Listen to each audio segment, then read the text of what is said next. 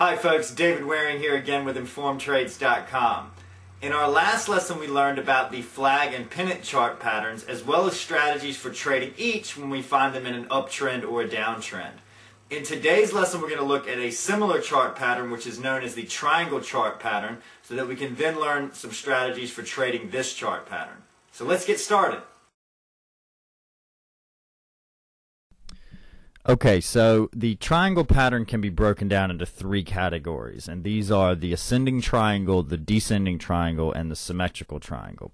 While the shape of the triangle is significant, of more importance is the direction that the market moves when it breaks out of the triangle.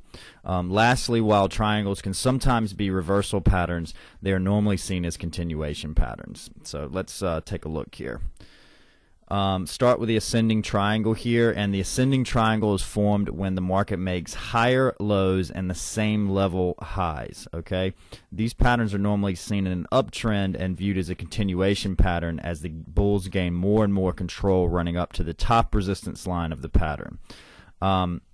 While you normally see this pattern in an uptrend, if you do see it in a downtrend, it should be paid special attention to, as it can be seen as a powerful reversal signal if it does show up in a downtrend. So we have a chart of Walgreen Company here, and you see the higher lows there, all right, and then you see the same level highs. And what that indicates there is that as the market and the buyers continue to bump up against that top resistance line, you can see they're gaining more and more control as the market does sell off, but it sells off less and less as the pattern matures, indicating that the buyers are getting more and more control, and therefore you know, a lot of traders are going to look for a breakout there of the top line to be imminent in that situation.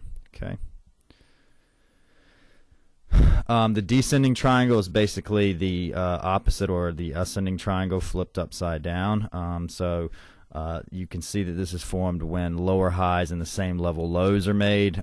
These patterns are normally seen in a downtrend and viewed as continuation patterns as the bears gain more and more control, running down to the bottom support line in this case, not the resistance line. And while you normally see this pattern in a downtrend, like the ascending triangle, if you do see this in the opposite trend, which is the uptrend in this case, you should pay special attention because this can be seen as a powerful reversal signal. So we have a chart of the dollar yen here, and we see the lower highs there and then the same level lows, so you can see basically flipped upside down there. And again here, what the market is showing from a supply-demand perspective, and why this pattern is paid attention to, is because as the lower highs are made, it indicates that the buyers are having less and less control running down into the support line, and the sellers are gaining more and more control, and therefore a lot of traders will look at that as a break of that bottom support line is imminent there.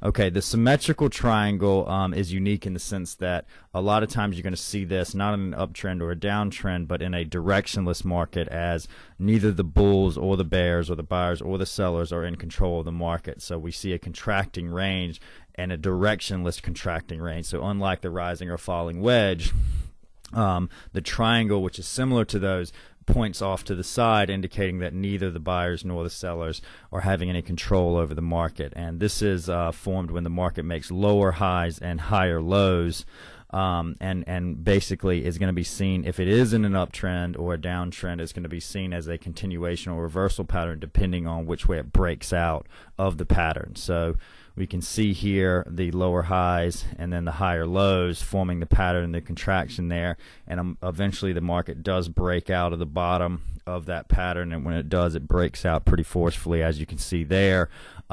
So you can see again, as the pattern matures, the range gets narrower and narrower, indicating that neither the buyers nor the sellers have control. So once the pattern does break, that's an indication that the sellers have taken control in this instance, and therefore the market's broken pretty significantly there. Okay. So that completes this lesson. You should now have a good understanding of the different types of triangle patterns and what each signifies. In our next lesson, we're going to go over strategies for trading each of these patterns, complete with entry and exit points. So we hope to see you in that lesson. As always, if you have any questions or comments, we encourage you to leave them in the comment section below. And have a great day.